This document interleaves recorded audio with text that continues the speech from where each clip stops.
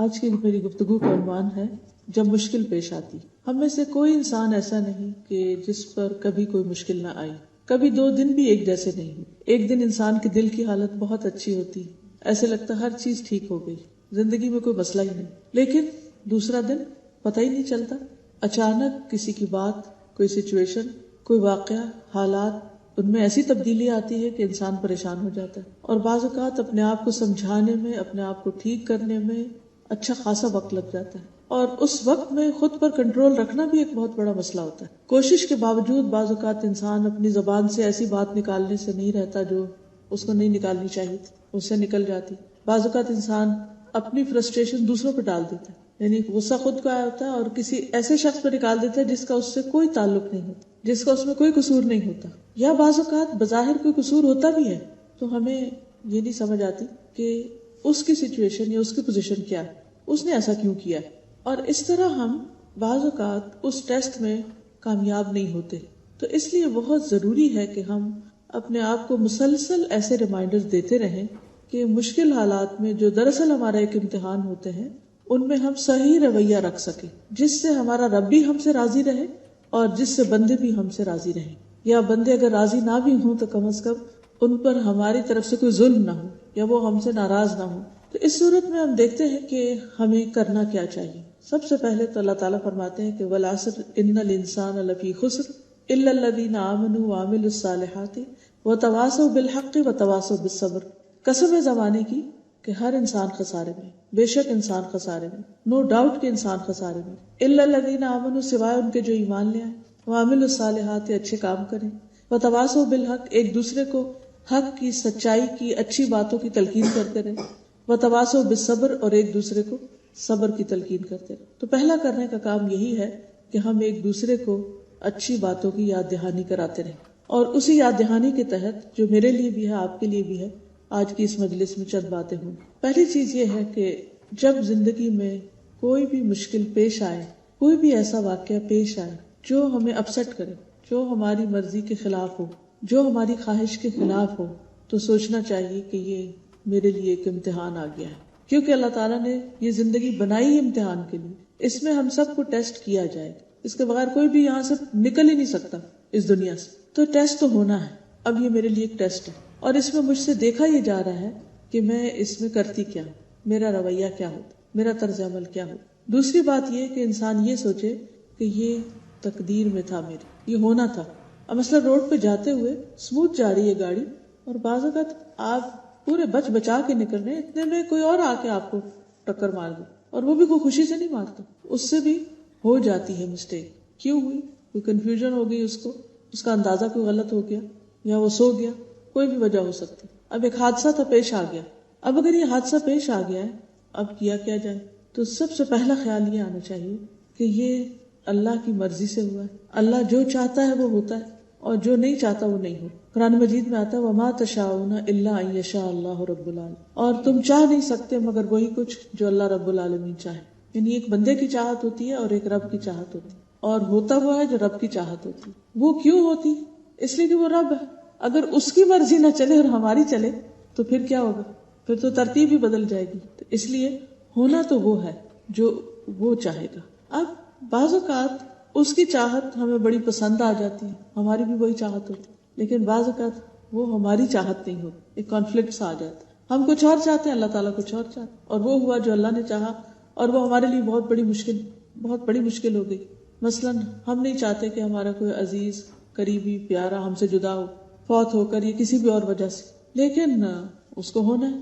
اللہ کی چاہت یہ کہ وہ ہو جائے، اور وہ ہو جاتا ہے. اب جیسے یوسف علیہ السلام حضرت یعقوب سے جدا ہو گئے، حالانکہ ان کو آپس میں بہت زیادہ محبت تھی، باپ کو بھی بیٹے سے محبت تھی، بیٹے کو بھی باپ سے محبت تھی. اب بظاہر تو یہ بڑا ہی مشکل فیصلہ، بڑی ہی تکلیف دہ صورتحال، لیکن اب کیا کیا جائے؟ اب یہ تو اللہ کا حکم تھا. اب جو کچھ بھی ہوتا ہے، جیسے ابھی سورۃ القیامہ میں آپ سن رہے تھے، کلا بل تحبون العاجلہ وتذرون الآخرہ، تم جلدی ملنے والی چیز سے محبت کرتے ہو اور جو بعد میں آنے والی ہے اس کو چھوڑ دیتے ہو. ایک تو اس کا معنی ہے کہ جلدی سے مراد دنیا، اور آخرت سے مراد آخرت، ہیئر آفٹر. اور ایک اس سے مراد یہ ہے کہ جو چیز آج ملنے والی ہم اس کو پریفر کریں، ادھار کے بجائے نقد چاہتے ہیں. تھوڑا بھی ملے، آج مل جائے، فوری مل جائے، جلدی چاہتے ہیں.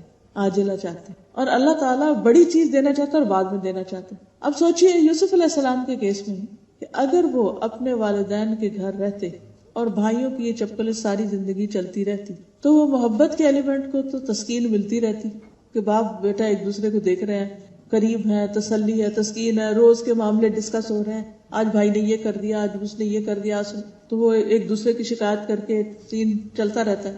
لیکن اینڈ آف دا ڈے اس سے حاصل کیا ہو؟ حاصل کیا ہوتا؟ ذرا سوچئے، اگر وہ اسی سچویشن میں رہتے تو کیا حاصل ہوتا؟ کچھ بھی نہیں، وہی کہ وہی رہتے۔ اللہ سبحانہ و تعالیٰ ان کو اس سچویشن سے نکال لے گیا۔ وہ میتھڈ بڑا تکلیف دہ تھا کہ بھائیوں نے کنویں میں پھینکا، ہارٹ بریکنگ ہے، لیکن اس میں بھی ایک خیر ہے، کیونکہ اس کے علاوہ کوئی اور چارہ نہیں تھا۔ اگر وہ اس میں نہیں پھینک دے تو وہ دوبارہ مل جاتے، وہ خود ہی گھر آ جاتے۔ تو وہاں ڈالا گیا کہ جہاں سے نہ وہ خود آ سکتے تھے، نہ باپ جا کے ڈھونڈ سکتے تھے، نہ کسی کو بھیج کے منگوا سکتے۔ تو چونکہ ڈپارٹ کرنا ہی تھا، جدا کرنا ہی تھا، اس لیے ایسے طریقے پر کہ انسان کے بس سے باہر نکل جائے معاملہ۔ اب آپ دیکھیے کہ وہ ایجپٹ پہنچ جاتے ہیں، جو اس وقت کا بہت ہی دنیاوی اعتبار سے سویلائزڈ اور بہت ترقی یافتہ ملک تھا، اور کہاں وہ فلسطین کا گاؤں جہاں پر وہ رہتے تھے، اور کہاں وہ ایجپٹ جہاں پر وہ پہنچ گئے، اور پھر جس کے گھر میں وہ رہے وہ گورنمنٹ آفیشل تھا، ان کا فائنینشیل منسٹر تھا، اس کے گھر کے رہن سہن طور طریقے وہ اللہ تعالیٰ نے سکھائے، یعنی دنیا کا سارا رکھ رکھاؤ اور دنیا کے نظام کیسے چلتے ہیں وہ ساری چیزیں انہوں نے وہاں سے سیکھی۔ پھر کس طرح وہاں بھی ان کے ساتھ ایک کے بعد ایک مشکل پیش آتی رہی، حتیٰ کہ جیل خانے میں پہنچ گئے۔ اب یہ جیل خانے میں پہنچنا یہ اور بھی زیادہ تکلیف دہ تھا، لیکن اس کے بغیر بھی چارہ نہیں تھا۔ لیکن اب آپ دیکھیے کہ بظاہر رستہ کتنا خطرناک ہے، کتنا تکلیف دہ، لیکن کہاں پہنچ رہا ہے، نتیجہ کیا نکلنے والا؟ اللہ تعالیٰ دینے والا کیا ہے ان کو اللہ تعالیٰ نے نبوت بھی عطا کی، خوبصورتی بھی عطا کی، اچھا اخلاق بھی عطا کیا، اور پھر دنیاوی حکومت بھی عطا کی، سب کچھ۔ یعنی ایک انسان کسی چیز کا جو تصور کر سکتا ہے کہ اسے دنیا میں ملے، وہ سب کچھ مل گیا ان کو۔ لیکن کن راستوں سے ملا، کن کٹھن راستوں سے، کن مشکل راستوں سے ہوتے ہوتے وہ وہاں تک پہنچے۔ یہ تو ایک مثال ہے۔ ایسے ہی موسیٰ علیہ السلام کی مثال بھی کہ کس طرح ان کی ماں ان کو پانی میں ڈال رہی ہے اور کس طرح وہ اپنے مقام تک پہنچتے۔ تو کہنے کا مقصد یہ ہے کہ بعض اوقات اللہ تعالیٰ ہمیں ایسی تکلیف دہ صورت میں ڈال دیتا ہے، ایسی مشکل میں ڈال دیتا ہے کہ جو ہمارے لیے بہت ہی ناگوار ہوتی، ہمیں بہت ہی ناپسند ہوتی، لیکن اللہ تعالیٰ سے بڑھ کر کوئی ہمارے لیے مہربان بھی نہیں، وہ الٹیمیٹلی ہمارے لیے فائدے کی ہوتی، مگر ہم اپنے شارٹ سائٹڈنس کی وجہ سے اس کو سمجھ نہیں پاتے، جس کے نتیجے میں ہم پریشان ہیں۔ سارے غم کی وجہ یہ ہوتی ہے کہ ہمیں اس مشکل یا اس دلدل میں پھنسنے کی وجہ سمجھ نہیں آ رہی ہوتی کہ اس سے نکلنے کا، کیونکہ ہم تو ہوپلس ہو چکے ہیں۔ فوراً ہم دل چھوٹا کر بیٹھتے ہیں اور ہم کہتے ہیں بس ہم تو ختم، اب تو ہمارے ساتھ کچھ اچھا نہیں ہونے، دنیا اندھیر ہو گئی۔ تو پہلی چیز جو بندے کو مشکل پیش آنے پر سوچنی چاہیے وہ یہ کہ یہ اللہ کا فیصلہ، اللہ نے میرے لیے یہی چاہا، اور اللہ کی چاہت میری اپنی چاہت سے زیادہ بہتر ہے، اس کی اس میں کوئی نہ کوئی حکمت ہے، مصلحت ہے، اس نے یہ میرے مقدر میں رکھا ہے، اور اس میں ضرور کچھ بھلا ہے۔ اللہ کا فیصلہ کبھی بھی ظلم پر مبنی نہیں ہو سکتا، بس اس وقت انسان اعتماد کر لے اللہ کی فیصلہ۔ اب ایک اور سچویشن آپ دیکھیے، حضرت ابراہیم علیہ السلام، ان کی شادی حضرت سارہ سے ہوئی جو اس وقت مسلمان ہوئی، اور پھر بعد میں جب وہ ایجپٹ گئے اور اس بادشاہ نے حضرت سارہ کو پکڑا، جس سے پھر وہ چھوٹ گئی، وہ بھی ان کی ایک کرامت تھی کہ وہ ان کے ساتھ برا ارادہ رکھتا تھا، لیکن اللہ تعالیٰ نے اسے کامیاب نہیں ہونے دیا۔ تو اس کے بعد جب انہوں نے ان کو چھوڑا تو ساتھ حضرت ہاجرہ بھی تحفے کے طور پر دے دی۔ تو بعد میں حضرت ہاجرہ سے حضرت ابراہیم نے شادی کی، ان کے بچے نہیں تھے، حضرت ہاجرہ کا بیٹا اسماعیل پیدا ہوا۔ تو جب وہ دودھ پیتا بچہ تھا تو روایات میں اس طرح آتا ہے کہ حضرت سارہ بہت سخت ناراض ہوئی اور وہ کہتے کہ میں ان کو برداشت نہیں کر سکتی، آپ ان کو یہاں سے لے جائیں۔ اللہ سبحانہ و تعالیٰ کے حکم سے حضرت ابراہیم حضرت ہاجرہ کو لے کر مکہ میں آئے، اور وہاں پر ان کو لابس آیا جہاں ان کے پاس ایک چھاگل پانی کے سوا کچھ نہیں، اور وہ بھی ایک دن ختم ہو، اور دودھ پیتا بچہ تھا۔ اور وہ جب چھوڑ کے جا رہے تھے تو انہوں نے پوچھا کہ کیوں چھوڑ کے جا رہے ہیں، یہاں تو کوئی بھی نہیں ہے۔ کہنے کہ کیا اللہ کے حکم سے؟ کہا اللہ کے حکم سے۔ اور دوسری طرف حضرت سارہ جو تھی وہ فلسطین میں حضرت ابراہیم کے پاس ہی تھی۔ اب آپ دیکھیے کہ حضرت ہاجرہ کی بہت بڑی قربانی، حضرت سارہ کی نسل سے بھی ایک امت پیدا ہوتی ہے اور حضرت ہاجرہ کی نسل سے بھی ایک امت پیدا ہوتی ہے۔ حضرت ہاجرہ کی اولاد میں سے ہیں حضور صلی اللہ علیہ وسلم، اور حضرت سارہ کی اولاد میں سے بنی اسرائیل۔ یعنی اگر انسان پیچھے تک جائے تو جس کی قربانی بڑی، جس کی آزمائش بڑی، جس کا صبر بڑا، اس کا انعام بھی بڑا۔ اللہ تعالیٰ قرآن مجید میں وعدہ کرتے کہ انما یوفی الصابرون اجرہم بغیر حساب، بغیر حساب۔ صبر کرنے والوں کو ان کا اجر بے حساب انلمیٹڈ ملتا ہے. بعضوں کا دو لوگ بہت نیک ہوتے ہیں لیکن انسان ہونے کے ناطے ان کی آپس میں نہیں بنتی, ایک دوسرے کے اوپر کسی نہ کسی طرح غالب آ جاتا ہے, اس کا ہاتھ بھاری ہو جاتا ہے. یہ بھی تو ہو سکتا تھا نا کہ حضرت ابراہیم حضرت سارا کو چھوڑ کے آ جاتے, لیکن کبھی ایسا بھی ہوتا ہے کہ زندگی میں ہمیں یوں لگ رہا ہوتا ہے کہ جیسے ہمیں پیچھے کر دیا گیا, ہمیں اگنور کر دیا گیا, ہمارا حق مار لیا گیا. کبھی ہمیں ماں باپ سے شکایت ہو سکتی, کبھی بہن بھائیوں سے, کبھی کسی اور انسان سے ہو سکتی. کتنا ہیوملیشن کا محسوس ہوتا ہے انسان کو جب آپ ریجیکٹڈ اور ڈیجیکٹڈ فیل کرتے ہیں اپنے آپ کو. کبھی بچے پرواہ نہیں کرتے, یعنی ہر ایک کے مسائل فرق ہوتے ہیں, مختلف چیزیں سننے میں آتی رہتی ہیں. کوئی بچوں کی طرف سے پریشان ہوتا ہے, کوئی شوہر کی طرف سے ہوتا ہے, کوئی ماں باپ کی طرف سے ہوتا ہے, کسی کو دوست چھوڑ جاتے ہیں. بعض اوقات بہت اچھے تعلقات ہوتے ہیں, بچپن کے فرینڈز ہوتے ہیں, لیکن اچانک کوئی بیچ میں اور شخص پڑتا ہے اور اس کی دوستی زیادہ ہو جاتی ہے اور آپ کو ایک طرف کر دیا جاتا ہے, تو اس وقت بھی آپ بہت ہارٹ بروکن ہوتے ہیں. کبھی کوئی دنیا سے چلا جاتا ہے. یعنی انسانی دلوں کی حالتیں بہت عجیب ہوتی ہیں اور یہ سارے صدمے انسانوں کے ساتھ ہی ہوتے ہیں. تو ایسی صورت میں جب بھی انسان یہ سمجھے کہ اس کا حق مارا گیا ہے یا اسے اگنور کر دیا گیا یا اس کے ساتھ اچھا نہیں ہو, تو اسے بھی اپنے حق میں اچھا حصہ, کیونکہ اللہ سبحانہ وتعالیٰ کسی پر ذرے برابر بھی ظلم نہیں کرتا, ذرے کے برابر بھی ظلم نہیں کرتا. اس سے بڑھ کر کوئی عدل کرنے والا ہے ہی نہیں. اس لیے کبھی بھی انسان کو یہ نہیں سوچنا چاہیے کہ میرے ساتھ اللہ نے اچھا نہیں, اٹس ناٹ فیئر. نہیں, یہ کہنا چاہیے کہ اللہ مجھے سمجھ میں نہیں آ رہا کہ یہ میرے ساتھ کیوں ہو رہا ہے. کبھی آپ کی ہیلتھ ایشوز ہو جاتے, سب ٹھیک چل رہا ہوتا ہے کہ اچانک کوئی ایسی بیماری آ جاتی ہے کہ انسان اس کو ایکسپٹ نہیں کرتا. تو یہ جو پریشانیوں کی یا تکلیف دہ چیزوں کی یا ناپسندیدہ چیزوں کی ایکسپٹنس ہوتی, یہ بہت مشکل کام ہوتا ہے. لیکن اس وقت انسان کو سوچنا یہ چاہیے کہ اللہ نے میرے مقدر میں یہ لکھا تھا اور میرے ساتھ یہ ہونا تھا اور وہ ہو گیا. قرآن مجید میں آتا ہے قُلْ لَن يُصِيبَنَا إِلَّا مَا كَتَبَ اللَّهُ لَنَا هُوَ مَوْلَانَا. کہہ دیجئے اگر کوئی مصیبت آئے گی تو وہی آئے گی جو اللہ نے مقدر میں لکھی ہے, وہ ہمارا مولا ہے, وہ ہمیں تنہا نہیں چھوڑے گا. ایک اور جگہ پر آتا ہے مَا أَصَابَ مِن مُصِيبَةٍ مَا أَصَابَ مِن مُصِيبَةٍ إِلَّا بِإِذْنِ اللَّهِ. کوئی مصیبت نہیں آتی مگر اللہ کے اذن سے آتی. وَمَن يُؤْمِن بِاللَّهِ يَهْدِ قَلْبَهُ. اور جو اللہ پر ایمان رکھتا ہے, اعتماد کرتا ہے, ٹرسٹ کرتا ہے, بھروسہ کرتا ہے, اللہ اس کے دل کو ہدایت بخش دیتا ہے, اس کا دل اچھا کر دیتا ہے. ایک دفعہ وہ طوفان آتا ہے, گھٹن کا دور آتا ہے, پریشانی ہوتی ہے, لیکن پھر ٹھیک ہو جاتا ہے. اور اللہ ہر چیز کو جاننے والا ہے, ہر چیز کا علم ہے اس کے پاس. عبداللہ کہتے ہیں اس آیت کی تفسیر میں کہ یہ وہ شخص ہے کہ اگر اس پر کوئی مصیبت آ پڑے تو وہ اس پر بھی راضی رہتا ہے اور سمجھتا ہے کہ اللہ ہی کی طرف سے میرے رب نے بھیجی, تو اس کا ایکسپٹنس لیول زیادہ ہوتا ہے. اب آپ دیکھیے کہ جب آپ کا کسی پر ٹرسٹ ہوتا ہے تو وہ اگر آپ کے ساتھ کوئی ڈانٹ ڈپٹ بھی کر دے یا کوئی آپ کے ساتھ سختی کی بات بھی کر لے تو آپ مائنڈ نہیں کرتے. کیوں؟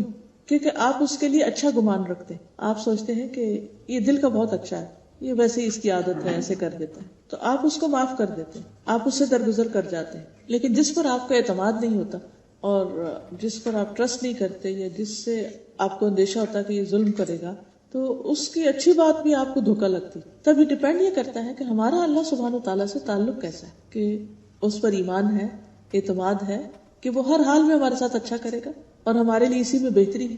اور واقعی مشکلات میں بھی جیسے اللہ تعالیٰ فرماتے ان مع العسر یسرا, تنگی کے ساتھ آسانی بھی ہوتی ہے. ان مشکلات کے اندر کوئی نہ کوئی خیر بھی ہوتی ہے. بعض اوقات وہ خیر دنیا میں نظر آ جاتی ہے اور بعض اوقات وہ آخرت میں نظر آتی ہے, لیکن آتی ضرور ہے. اور پھر یہ بھی یاد رکھنا چاہیے ہمیں کہ تقدیر پر ایمان لانا بھی ضروری ہے, کیونکہ تقدیر پر ایمان لائے بغیر ایمان مکمل نہیں ہوتا. رسول اللہ صلی اللہ علیہ وسلم نے فرمایا کوئی بندہ اس وقت تک مومن نہیں ہو سکتا جب تک اچھی اور بری تقدیر پر ایمان نہ لائے, یہاں تک کہ وہ جان لے کہ جو چیز اسے ملنے والی تھی وہ اس سے چوک نہیں سکتی تھی اور جو چیز اس سے چوک گئی وہ کسی صورت اسے مل نہیں سکتی.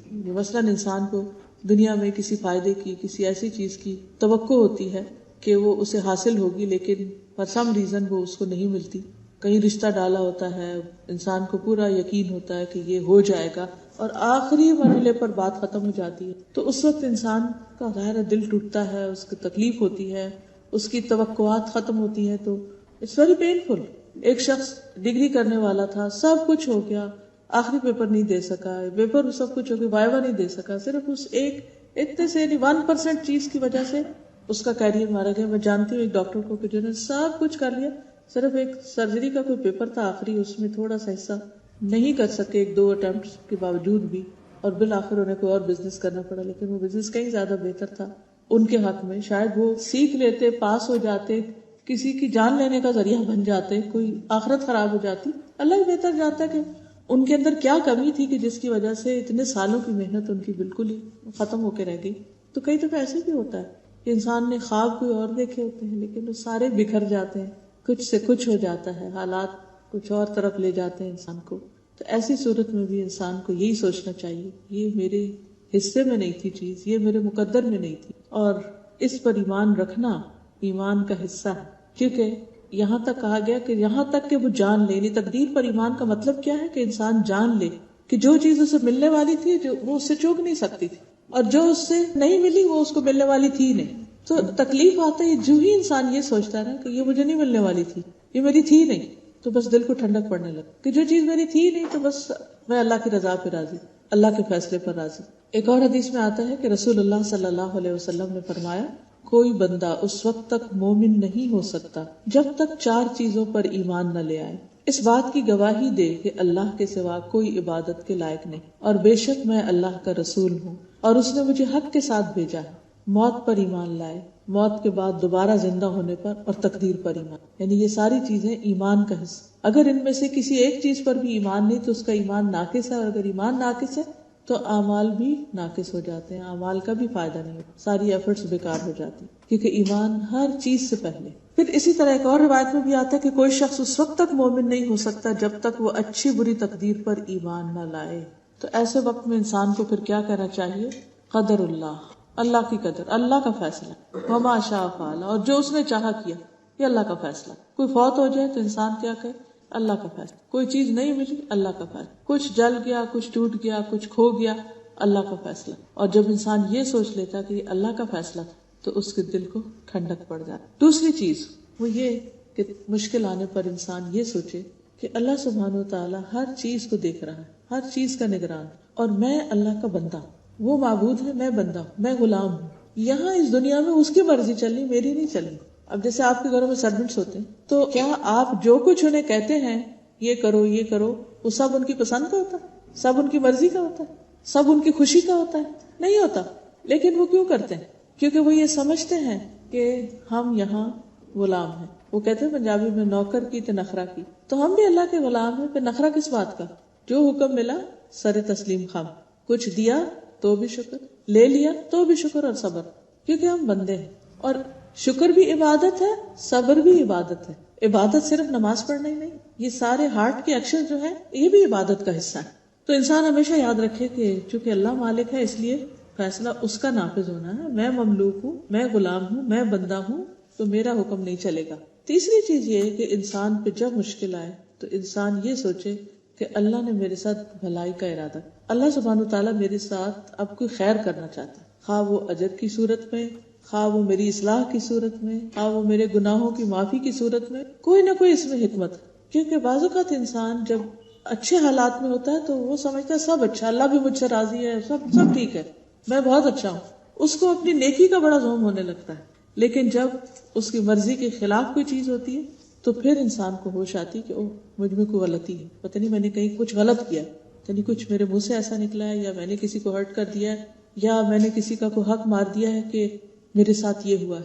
تو اس وقت انسان فوراً ریئلائز کرنے لگتا ہے کہ اس میں بھی کوئی غلطی، ورنہ اچھے حالات میں اپنی غلطیاں کم نظر آتی، اور اپنی غلطیوں کا احساس ہونا اور دنیا میں ہی ان پر توبہ کر لینا بہت ضروری ہے. ورنہ اگر ہم یہ سب کچھ ساتھ لے گئے تو بڑی مشکل ہو جائے گی. تو اللہ تعالیٰ تکلیف بھیج کر ہمیں موقع دیتا ہے کہ ہم اپنی غلطیوں کی اصلاح کر لیں، توبہ کر لیں، معافی مانگ لیں اور درجے میں اضافہ کر لیں، کیونکہ تکلیف آنے سے پھر درجات بھی بڑھتے ہیں. حدیث میں آتا ہے کہ رسول اللہ صلی اللہ علیہ وسلم نے فرمایا اللہ تعالیٰ جس کے ساتھ بھلائی کا ارادہ کرتا ہے اس کو مصیبت میں مبتلا کر دے. لیکن کبھی ہم نے سوچا کہ اللہ نے میرے ساتھ بھلائی کی؟ وہ تو حاسد ہی کہتے ہیں عام طور پر کہ اچھا ہی ہوا، اس کے ساتھ ہونا چاہیے تھا، she deserves, he deserves.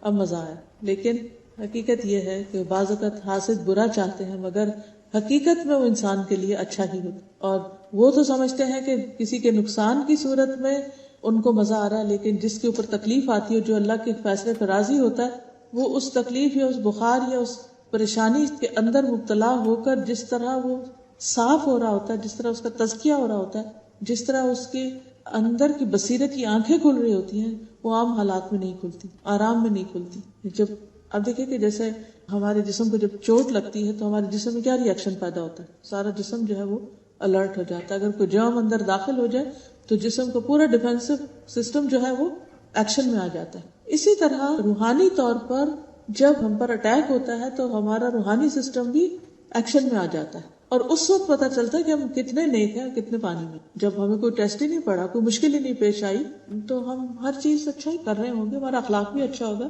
لیکن جب چیز مرضی کے خلاف ہوئی تو پھر ہماری گفتگو کیسی تھی اور پھر ہمارا اخلاق کیسا تھا، یہ اسی وقت ہی پتہ چل سکتا ہے. اور انسان اس وقت اپنے آپ کو بہت اچھی طرح جج کر سکتا ہے کہ انسان کہاں کھڑا ہے اور ابھی کتنی محنت کرنے کی اس کو ضرورت ہے اوپر جانے کا. ٹیسٹ نہ ہو تو پتہ نہیں چلتا کہ ہم کہاں کھڑے. کسی بھی چیز کا جائزہ لینے کے لیے، مثلا بلڈ شوگر دیکھنے کے لیے یا اور جسم کا کولیسٹرول دیکھنے کے لیے، مختلف چیزوں کو دیکھنے کے لیے تو بلڈ ٹیسٹ ہوتا ہے. بلڈ ٹیسٹ کے لیے آپ کو بلڈ لیا جاتا ہے، بلڈ ڈرا کیا جاتا ہے، وہ سارا ایک پینفل عمل ہوتا ہے، اور پھر ایک انگزائٹی بھی ہوتی ہے، پھر ایک نتیجہ آتا ہے. تو پھر آپ کو پتا چلتا ہے کہ اچھا اب میں یہاں کھڑا. انسان کی بیماریاں ٹیسٹ کے بغیر کہاں سے پتا چلتی ہیں؟ پہلے زمانے میں حکیم نبض سے دیکھتے تھے یا تھرمو میٹر لگا کے بخار وغیرہ چیک کر کے اندازہ کر لیا جاتا تھا، لیکن اب انویسٹیگیشنز کہاں تک جا پہنچی. تو اسی طرح جب روحانی تکلیفیں آتی ہیں، جذباتی صدمے آتے ہیں، تو وہ بھی ہمارے ٹیسٹ ہوتے ہیں، اور اس میں بھی دیکھا جاتا ہے کہ ہمارے ایمان کا لیول کیا ہے، ہمارے اخلاق کا کیا ہے، ہماری نیکی اور تقوی کا کیا ہے. اس کے بغیر نہیں پتہ چلتا. اور جو اس ٹیسٹ کو ایکسپٹ کر لیتا اور وہ اس سے گزر جاتا ہے تو پھر وہ اگر اپنا لیول بڑھانا چاہتا ہے تو پھر اس حصے میں ورک آؤٹ کرنا شروع کر دے، محنت کرتا ہے اور پھر اس سے آگے بڑھتا ہے. رسول اللہ صلی اللہ علیہ وسلم نے یہ بھی فرمایا کہ مومن کا معاملہ بہت عجیب ہے، اس کے لیے ہر بات میں بھلائی ہے اور یہ مومن کے سوا اور کسی کے لیے نہیں. اگر اس پر خوشحالی آتی ہے تو شکر کرتا ہے اور وہ اس کے لیے بہتر ہے، اور مشکل آتی ہے تو صبر کرتا ہے اور وہ اس کے لیے بہتر ہے. پھر یہ بھی یاد رکھنا چاہیے کہ جتنی بڑی آزمائش ہوتی ہے اتنا بڑا انعام، اتنا بڑا اجر. نبی صلی اللہ علیہ وسلم نے فرمایا زیادہ ثواب بڑی آزمائش کے ساتھ. مانگنی نہیں چاہیے، لیکن اگر لمبی ہو جائے آزمائش یا تکلیف تو سمجھے کہ ثواب کمانے کا موقع آ گیا. بعض اوقات اللہ تعالیٰ نے ایک انسان کے لیے ایک بڑا مقام اور درجہ لکھ رکھا ہوتا ہے، وہ اللہ کی نگاہ میں بڑا ہوتا ہے، لیکن بندہ اتنی عبادت نہیں کر رہا ہوتا، اتنے اچھے کام نہیں کر رہا ہوتا کہ وہ اس درجے تک پہنچے جو اس کے لیے مقرر ہے.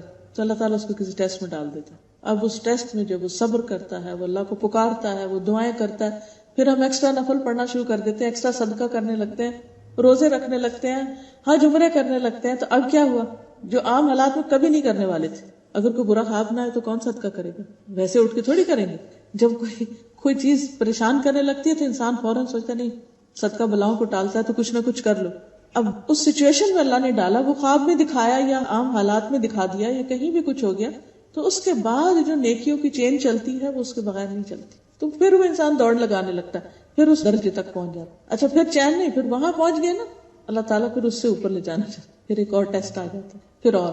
تو اسی لیے جو اللہ کے جتنے مقرب بندے ہوتے ہیں ان کے ٹیسٹ اتنے ہی زیادہ بھی ہوتے ہیں اور اتنے ہی مشکل بھی ہوتے ہیں. جو جتنے ہائی لیول پہ جانا چاہتا ہے اتنے زیادہ سخت امتحان پاس کرتا ہے. جس کو ایک عام چھوٹی موٹی نوکری چاہیے، سیکیورٹی گارڈ بننا ہے یا پھر اور چھوٹے، تو اس کو چھوٹی موٹی ڈگری کافی. لیکن اگر اس کو کسی اعلیٰ مقام پہ پہنچنا ہے تو اس کے لیے آپ دیکھیں کہ پھر کسی بھی بڑی جگہ پر پہنچنے کے لیے کیسے کیسے امتحانوں سے لوگ گزرتے ہیں، اور اس کے بغیر وہ پہنچ ہی نہیں سکتے. کوئی اور طریقہ ہے ہی نہیں، کوئی شارٹ کٹ نہیں. تو اس لیے حدیث میں آتا ہے کہ زیادہ ثواب بڑی آزمائش کے ساتھ ہے، زیادہ ثواب بڑی آزمائش کے ساتھ ہے.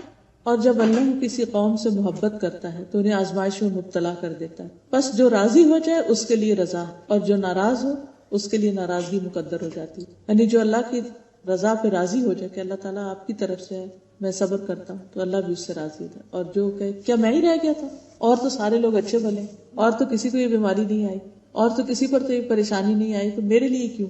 تو پھر اللہ تعالیٰ بھی اس سے ناراض ہے. تو کسی حال میں بھی انسان کو ناراض نہیں اللہ سے ہونا چاہیے. اللہ تو زیادہ جانتا ہے اور میں نہیں جانتا، تیرے ہر فیصلے میں خیر ہے، حکمت ہے، مصلحت ہے، تیرا کوئی بھی کام فضل سے خالی نہیں، کیونکہ اللہ تعالیٰ نے لکھ دیا ہے کہ اس کی رحمت اس کے غضب پر حاوی. تو جب اس کی رحمت زیادہ ہے تو اس میں بھی کوئی رحمت کا پہلو ہے جو مجھے سمجھ میں نہیں آتا، کبھی زندگی میں لیٹر آن سمجھ آ بھی جاتا ہے. پھر اسی طرح نیک لوگوں کی آزمائش زیادہ ہوتی، ہم سمجھتے ہیں برے لوگوں کی آزمائش یعنی جب کسی پہ کوئی تکلیف آتی ہے تو ہم سوچتے ہیں اچھا اس نے کچھ خرابی کی ہوگی نا تو اب پکڑ ہو گئی. جبکہ امتحان نیک لوگوں پر زیادہ آتے ہیں. ابو سعید خدری کہتے ہیں انہوں نے کہا اللہ کے رسول صلی اللہ علیہ وسلم لوگوں میں آزمائش کے لحاظ سے سخت کون ہوتا ہے؟ فرمایا انبیاء. جیسے نبی صلی اللہ علیہ وسلم پر سب سے زیادہ تکلیفیں آئیں. پھر انہوں نے کہا پھر کون؟ فرمایا علماء. عرض کیا پھر کون؟ آپ نے فرمایا نیک لوگ. ان میں سے کسی کو چیچڑوں اور جوؤں سے آزمایا جاتا ہے، یعنی بعض اوقات جسمانی بیماریاں لگ جاتی ہیں. جیسے حضرت ایوب علیہ السلام جو تھے ان کے جسم میں کہتے ہیں کہ زخموں کی وجہ سے کیڑے بھی پڑ گئے تھے اور وہ گرتے تھے باقاعدہ. سب ان کو چھوڑ گئے تھے، کوئی بھی گھر میں نہیں تھا سوائے ان کی بیوی کے جو ان کے لیے کھانا پکا لاتی، ان کے لیے کچھ لے آتی تھی، کھانا پکا دیتی. لیکن اللہ کے اس بندے کے منہ سے 18 سال تک کوئی بھی شکوے کی بات نہیں کہا اللہ میں راضی ہوں. اور پھر اللہ تعالیٰ نے پوری تکلیف ختم کر دی، اہل و عیال بھی دیے اور پہلے سے دگنا مال دیا. یہاں تک آتا ہے کہ وہ نہا رہے تھے تو ان پر سونے کے پتنگوں کی بارش ہونے لگی. اتنا اللہ نے نوازا کیونکہ پہلے ان کے پاس ہر طرح کا مال و دولت تھا اور نبوت بھی تھی، دنیا کی ہر چیز تھی ان کے پاس.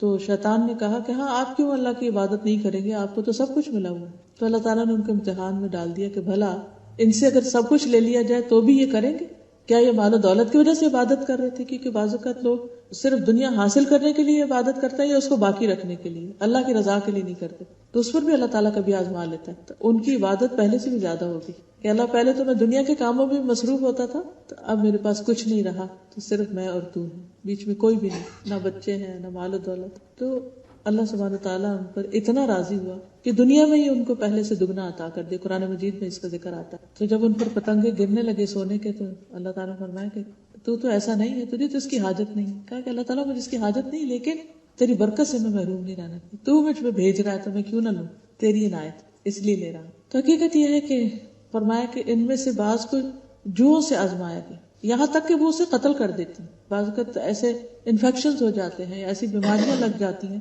کہ جو انسان کے لیے موت کا سبب بن جاتا ہے. تو لوگ ایسے لوگوں کے بارے میں برا سوچنے لگتے ہیں کہ اچھا اس کو یہ جو خطرناک بیماری لگی ہے نا، یہ اس نے کوئی گناہ کیے ہوں گے تو اس وجہ سے نہیں. بعض اوقات اللہ تعالیٰ اپنے نیک بندوں کو ویسے ہی آزمائش میں ڈال دے. کسی کو فقر سے آزمایا جاتا ہے، اس کا رزق نہیں کھلتا، یہاں تک کہ وہ چھوٹی سی قمیص کے سوا کچھ نہیں پاتا. اور ان میں سے کچھ لوگ آزمائش پہ خوش ہوتے ہیں بنسبت اس کے جو کچھ دیے جانے پہ خوش ہوتے ہیں. یعنی کچھ لوگ اللہ پر ایسا ایمان رکھتے ہیں، ایسا بھروسہ رکھتے ہیں، اللہ کے ہر فیصلے پہ اتنا راضی ہوتے ہیں کہ جب ان پہ تکلیف آتی ہے تو اسے بھی خوشی سے لیتے ہیں. جس کو کہتے ہیں نا جس سے محبت ہوتی ہے تو وہ کچھ بھی کرے تو اس کی ہر بات ہی اچھی لگتی ہے. وہ کہتے ہیں نا گالیاں کھا کر بھی بد مزہ نہ ہو، یعنی اگر محبوب کی طرف سے گالیاں بھی پڑی تو بھی خوش ہوئے کہ کوئی تو تعلق شو کیا، چاہے گالیوں کا ہی تھا. تو یہ ایک حقیقت ہے کہ جب بندہ اللہ پر راضی ہوتا ہے تو پھر اللہ کی طرف سے کوئی بھی آزمائش آتی ہے، کوئی بھی چیز تو انسان ناراضگی کا کلمہ منہ سے نہیں نکالتا بلکہ دل میں بھی ناراض نہیں ہوتا.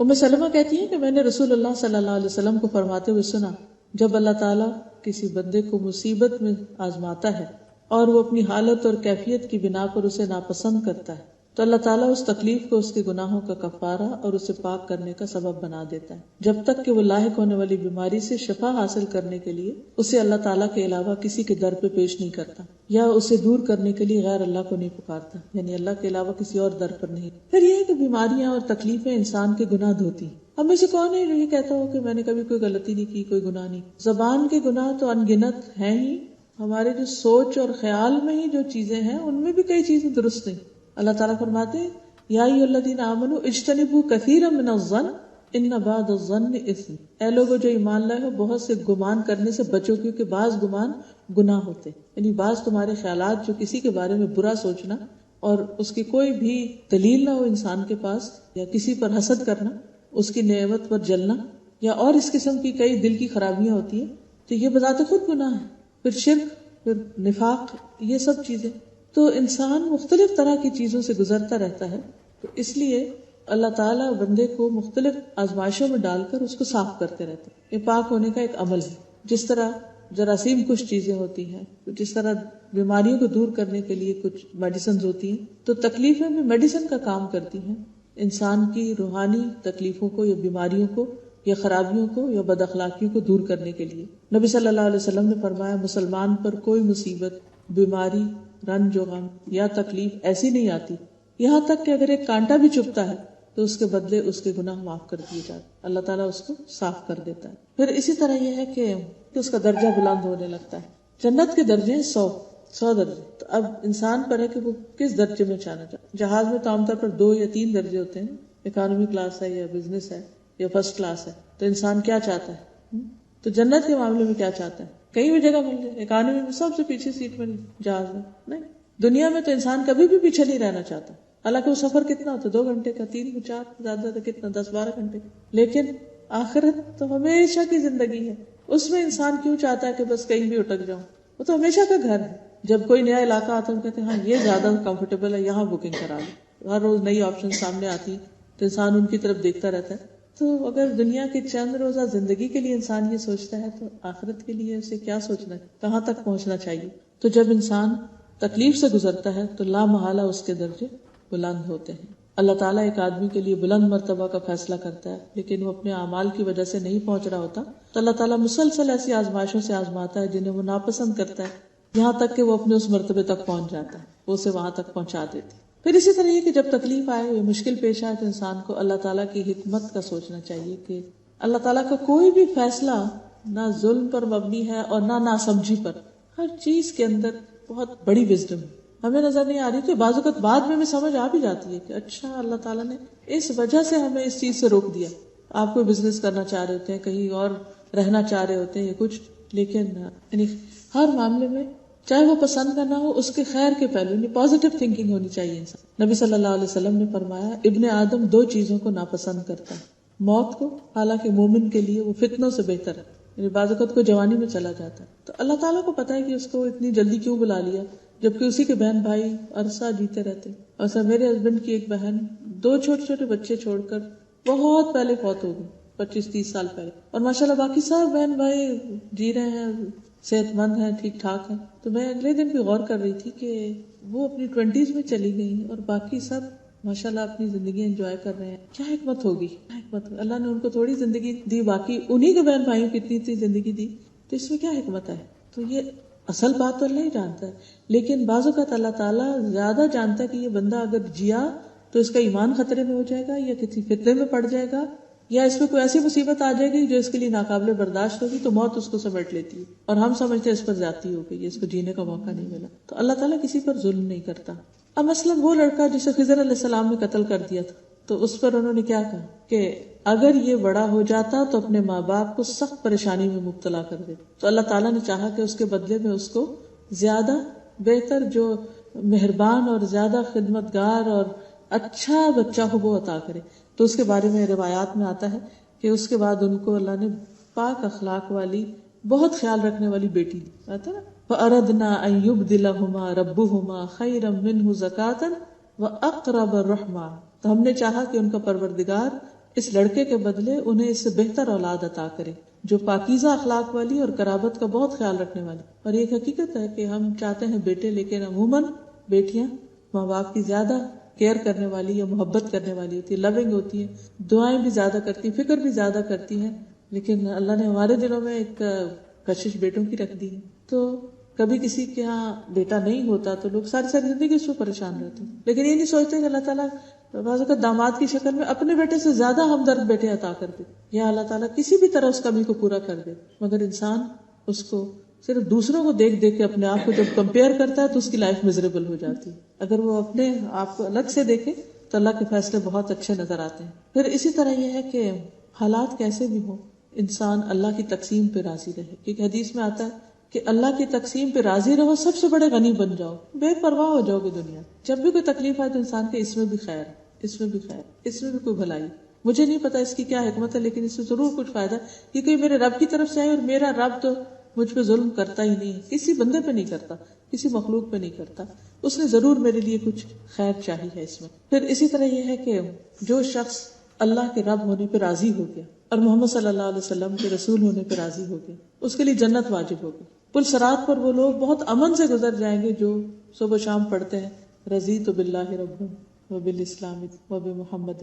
کہ اللہ میں تیرے فیصلوں پہ راضی، جو تو نے دیا اس پہ بھی راضی، جو تو نے نہیں دیا اس پہ بھی راضی، جو تو نے دے کر لے لیا اس پہ بھی راضی، میں ہر حال میں راضی. تو جو اللہ سے راضی ہو گیا اللہ اس سے راضی ہے، اور جس سے اللہ راضی ہو گیا اس کو آگ سے بچا لے گا اور اس کو جنت الفردوس میں داخل کر دے گا اور دنیا میں بھی برکت اور وسعت عطا کر. مسند احمد کی روایت ہے، نبی صلی اللہ علیہ وسلم نے فرمایا اللہ تبارک و تعالیٰ نے اپنے بندے کو جو کچھ دے رکھا ہوتا ہے اس میں وہ اس کا امتحان لیتا ہے. سو جو شخص اللہ عز و جل کی تقسیم پر راضی ہو جائے اللہ اسے برکت اور وسعت دے دیتا ہے، اور جو راضی نہ ہو اس کو برکت نہیں. یعنی اگر تھوڑا ملا انسان کو تو انسان کڑتا رہے کہ تھوڑا کیوں تو اس کا دل گھٹن کا شکار رہے گا. لیکن اگر راضی ہو جائے تو وہ تھوڑا بھی بہت لگنے لگے، اس میں بھی وہ خوش رہے گا.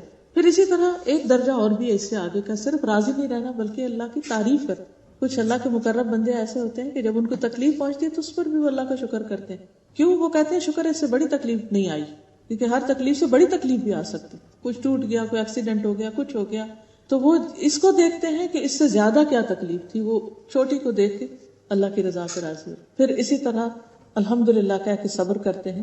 پھر حتیٰ کہ اللہ تعالیٰ جب مومن بندے کی جان لے رہا ہوتا ہے تو وہ اس حال میں بھی اللہ سے راضی ہوتا ہے کہ اللہ تیرا فیصلہ اس وقت میرے حق میں دنیا سے جانے کا ہی بہتر. بعض بیماریوں میں انسان کو پتہ چل جاتا ہے کہ اب دن تھوڑے رہ گئے، ویسے تو کسی کو بھی نہیں پتا، لیکن کچھ بیماریاں تو پھر لے جا ہی موت کی طرف رہی ہوتی، کلرز ہوتی ہیں. اس صورت میں انسان جب اللہ کے فیصلے پر راضی ہوتا ہے تو نبی صلی اللہ علیہ وسلم نے فرمایا کہ مومن کی روح جب اس کے دونوں پہلوؤں سے نکلتی ہے تو اللہ کی تعریف کر رہا ہے، اللہ کو یاد کر رہا ہے، اللہ کا ذکر کر رہا ہے، اور اس حال میں وہ امن میں سکون میں چلا جائے. نبی صلی اللہ علیہ وسلم کو جب کوئی نعمت ملتی تو کہتے الحمدللہ الذی بنعمتہ تتم الصالحات، اللہ کا شکر جس کی نعمت یا فضل کی وجہ سے اچھے کام سر انجام پاتے. اور تکلیف آتی تو کہتے الحمدللہ علی کل، اللہ کا شکر ہے. پھر اسی طرح انسان اللہ تعالیٰ سے دعائیں بھی کرتا ہے کہ اللہم انی اسألک الرضا بعد القضاء، اللہ تقدیر کے آنے کے بعد تجھ سے رضا مانگتا ہوں کہ اللہ مجھے راضی ہونے کی توفیق دے. کچھ چیزوں کو تو ایکسیپٹنس آسان ہوتی ہے لیکن کچھ چیزوں پر ایکسیپٹنس آسان نہیں ہوتی، انسان ایکسیپٹ نہیں کر پاتا، تو اس سے دعا کرنی چاہیے کہ اللہ تو مجھے ایکسیپٹنس دے دے. پھر اسی طرح یہ ہے کہ انسان کو تکلیف آنے پر راضی ہونے کا مطلب یہ نہیں کہ انسان دعا نہ کرے کہ مجھے صحت ملے یا بیماری چلی جائے یا مالی پریشانی چلی جائے یا اولاد کی طرف سے، نہیں، دعا کرتا رہے، کیونکہ دعا تقدیر کو بدل دیتی اور دعا عبادت ہے. ویسے انسان دعائیں کرتا ہے لیکن اس جان سے نہیں کرتا. تکلیف آتی ہے تو جاندار دعائیں کرتا ہے اور وہ بہترین عبادت ہے، عبادت کا نچوڑ ہے دعا، تو وہ اس کی عبادتوں کے اور اجر کے درجے بڑھتے چلے جاتے ہیں. رسول اللہ صلی اللہ علیہ وسلم نے فرمایا قضاء کو صرف دعا ہی بدل سکتی اور نیکی کے علاوہ کوئی چیز عمر کو نہیں بڑھا سکتی. یعنی جو چاہتا نا کہ زندگی لمبی ہو تو اسے چاہیے کہ وہ اچھے اچھے کام کرتا رہے. رسول اللہ صلی اللہ علیہ وسلم نے یہ بھی فرمایا جو مسلمان اپنا چہرہ اللہ کے سامنے گاڑ کر کسی چیز کا سوال کرتا ہے، یعنی خوب توجہ سے دعا کرتا ہے، غافل ہو کے نہیں، تو بس اللہ تجھ سے ہی لینا، لے کے ہی اٹھنا ہے، تو اللہ تعالیٰ اسے ضرور وہ چیز عطا کر دیتا ہے، خواہ جلدی کرے یا اپنے پاس ذخیرہ کر لے، لیکن وہ سن لی جاتی ہے.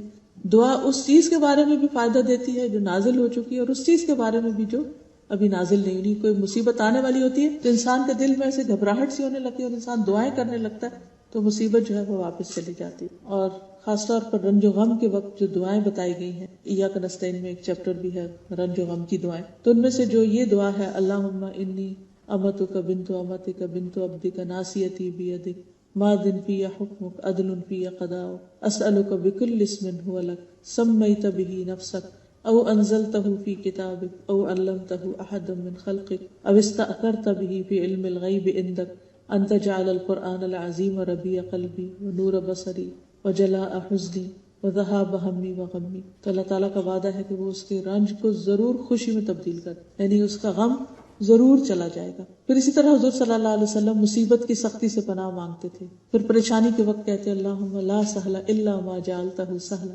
وانت تجعل الحزن سہلا اذا شئت. اللہ کوئی کام آسان نہیں مگر جسے تو آسان کر دے، اور تو جب چاہتا ہے مشکل کو آسان کر دیتا ہے. پھر اسی طرح نبی صلی اللہ علیہ وسلم نے یہ بھی فرمایا کیا میں تمہیں ایسی دعا نہ بتاؤں کہ جب کسی رنج و علم اور دنیا کے کسی آزمائش میں مبتلا ہونے والے شخص اس کو پڑھے تو اس کی تکلیف دور ہو جائے. کہا گیا کیوں نہیں؟ فرمایا وہ مچھلی والے کی دعا ہے لا الہ الا انت سبحان انی کنت من الظالمین. اور پھر حضرت اسماء بنت امیس کو آپ نے دعا سے اللہ اللہ ربی لا اشرک بہ شیئا، کہ اللہ میرا رب ہے، میں اس کے ساتھ کسی کو بھی شریک نہیں کرتا. پھر اسی طرح جب آپ صلی اللہ علیہ وسلم پر کوئی تکلیف آتی تو آپ پڑھتے لا الہ الا اللہ العظیم الحلیم، لا الہ الا اللہ رب العرش العظیم، لا الہ الا اللہ رب السماوات ورب الارض ورب العرش الکریم. اور اسی طرح جب کوئی بیمار ہوتا تو اس وقت بھی آپ دعائیں کرتے نہیں. ہر تکلیف کے موقع کی دعائیں نبی صلی اللہ علیہ وسلم نے سکھا دی، چاہے وہ جسمانی تکلیف ہو یا بیماری ہو یا روحانی تکلیف ہو یا موت کا صدمہ ہو یا کسی کی جدائی کا، ہر موقع پر اللہ کو پکارنا سکھا دیا گیا. اور جب انسان اللہ کو پکارنے لگتا ہے تو اس کے دل میں ٹھنڈک بھی آ جاتی ہے اور تکلیفیں دور بھی ہونے لگتی.